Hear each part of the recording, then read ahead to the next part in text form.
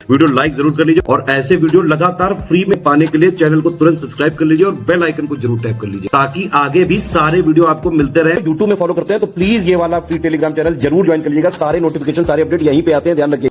अब समिट्स पे आ जाते हैं। समिट में सबसे पहले 5th हेली शिखर सम्मेलन या फिर कह सकते हैं helicopter and small aircraft summit conference, ये खजुराहो में हुई थी मध्य प्रदेश में।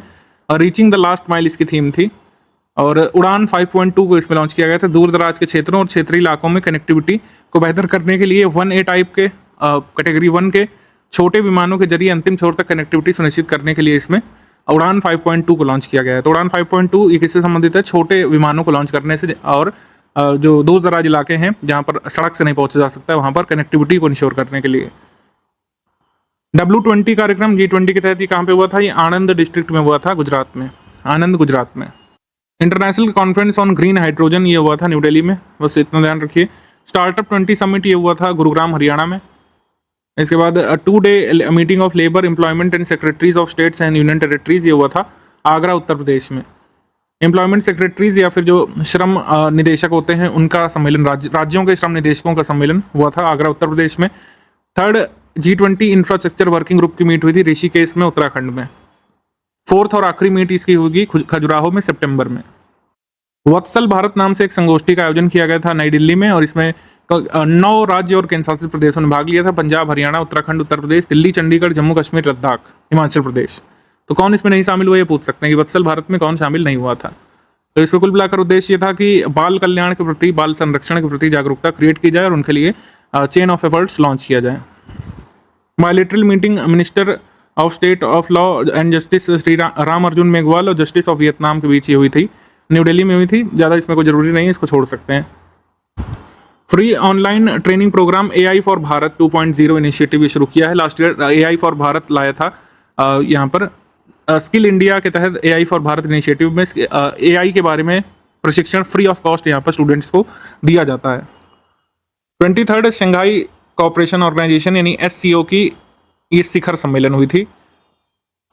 तो ये 23rd SCO समिट बहुत इंपॉर्टेंट है। इसका आयोजन दिल्ली में हुआ और इसमें वर्चुअल तौर पर कई सारे जो मतलब राष्ट्र हैं वो जुड़े। जैसे 8 मेंबर्स थे SCO के, अब ईरान भी इसमें शामिल हो गया। ईरान 9th मेंबर बन गया है और ईरान की मेंबरशिप इसी जो है भारत के टर्म में अप्रूव हुई है। भारत के पास इस साल जो है मेजबानी थी SCO की, तो भारत ने इसकी अध्यक्षता की, भारत ने इसकी मेजबानी की।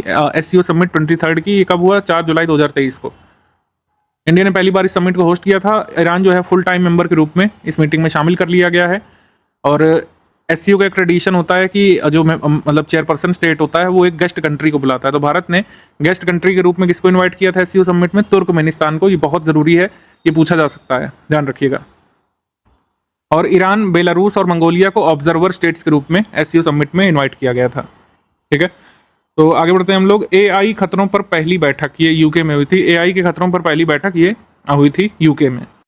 इसमें एंटोनियो गुटेरेस ने कहा है कि संयुक्त राष्ट्र को 2026 तक युद्ध के लिए स्वचालित हथियारों में AI के उपयोग पर प्रतिबंध लगाने के लिए कानूनी रूप से बाध्यकारी समझौता पहले ही कर लेना चाहिए, क्योंकि AI के पोटेंशियल सभी जानते हैं।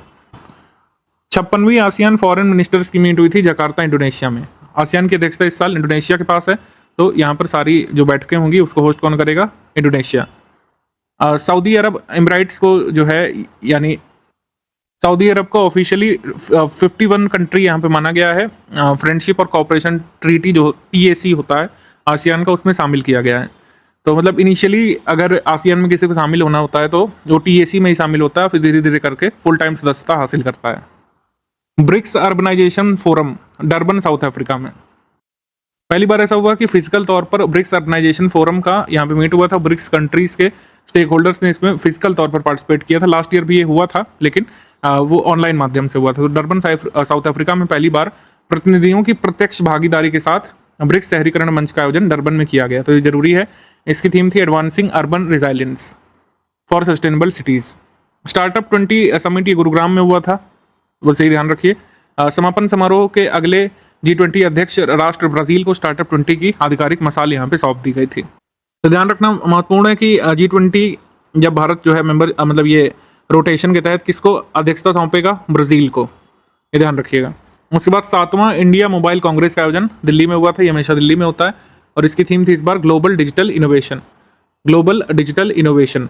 इसके बाद world largest international temple convention expo, विश्व का सबसे बड़ा अंतर्राष्ट्रीय मंदिर सम्मेलन और एक्सपो, ये वाराणसी में हुआ था, उत्तर प्रदेश में। वाराणसी के रुद्राक्ष कन्वेंशन सेंटर में हुआ था और इसका उद्घाटन किया था आरएसएस संघ के सरसंघ संचालक मोहन भागवत ने। 26वीं वर्ल्ड माइनिंग कांग्रेस का आयोजन हुआ था ब्रिस्बेन, ऑस्ट्रेलिया में। 22वीं वर्ल्ड रिन्यूएबल एनर्जी कांग्रेस, इसका आयोजन हुआ था कुआलालंपुर, मलेशिया में। इसकी थीम थी transition towards a carbon free future.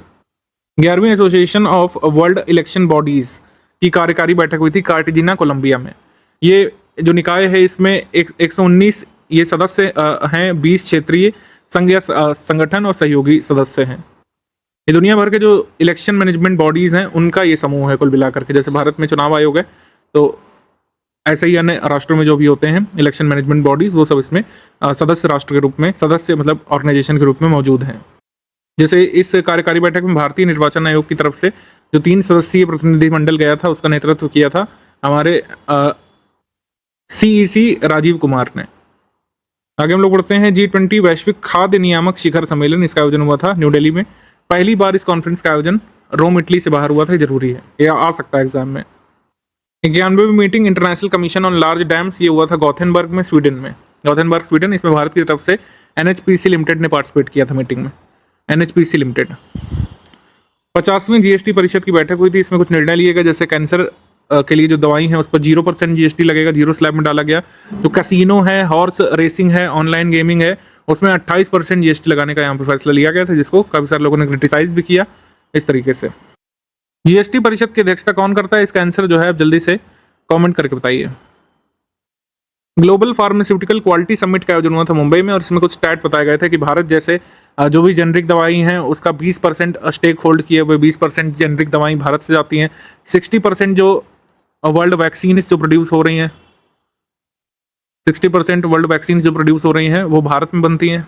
ठीक है, तो ये सब स्टैट्स बताए गए थे। भारत को फार्मेसी ऑफ द वर्ल्ड कहा जा रहा है, फार्मेसी ऑफ द वर्ल्ड।